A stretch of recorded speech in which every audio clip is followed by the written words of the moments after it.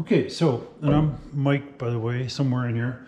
This is a railing that I built, I'm gonna say about 7-8 years ago, and they wanted hickory because it matched the rest of their hickory cabinets and some other hickory stuff. Anyhow, so what we're doing is I'm just looking at whether this I-beam type of structure would work here. Okay, so first of all, the angle would be a no-brainer. You can see what's going on there. And then there's two ways that this could be done. So one could be that it's actually left as an I-beam, maybe even a little smaller, but you can see what happens here. And by code, you have to have this grab in here on a stairway. You don't need it on an upper railing, but you do need it on the stairway. There's a maximum distance across. So the I-beam, this could be the I-beam instead, right? It could be that. Now that's one way of doing it, because here it's just made out of a 2x. I had to do a double glue up to get this to happen. This is 2 pieces of wood. So if you can see it, there's a joint right up there, because you can't buy hickory that's 2 1/4 inches thick. You just can't.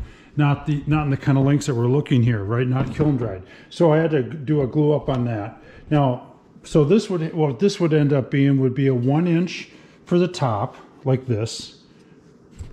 Okay, 1 inch on the top like that.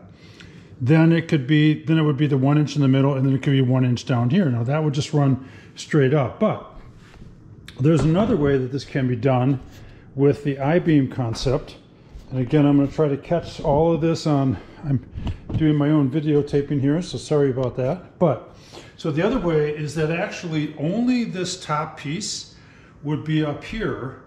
Then, instead of having a horizontal piece that goes this way, this piece here would be at the very bottom to replace this.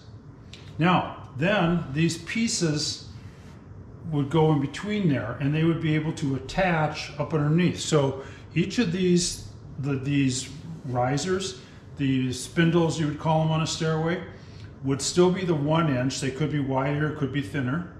And at the top of those, we would make that kind of that tongue thing, the tongue, you know, for the tongue and groove type of thing. That would be the tongue up there, and that would fit right in here.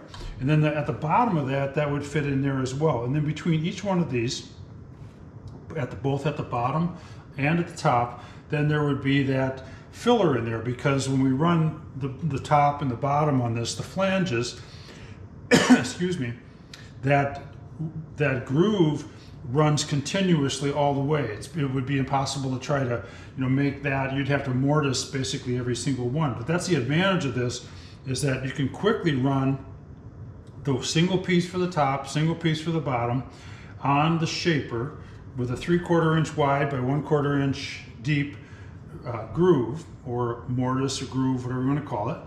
And then again, each one of these would go into that, and then that 1/4 inch by 3/4 inch piece would be put in there. Now that piece gets the same angle that these do, whatever this is. So if this is 32 degrees, then that piece would get 32 degrees as well. Now this one was cut at 30 because it was a sample. But, so would this work for here? By all means. In fact, this isn't even to code anymore. The older code, I don't know, that might be a 4-inch rule, right? So anyhow, but that would work. And then this is how the stairs turn out. I'll just kind of, I think I'll just walk around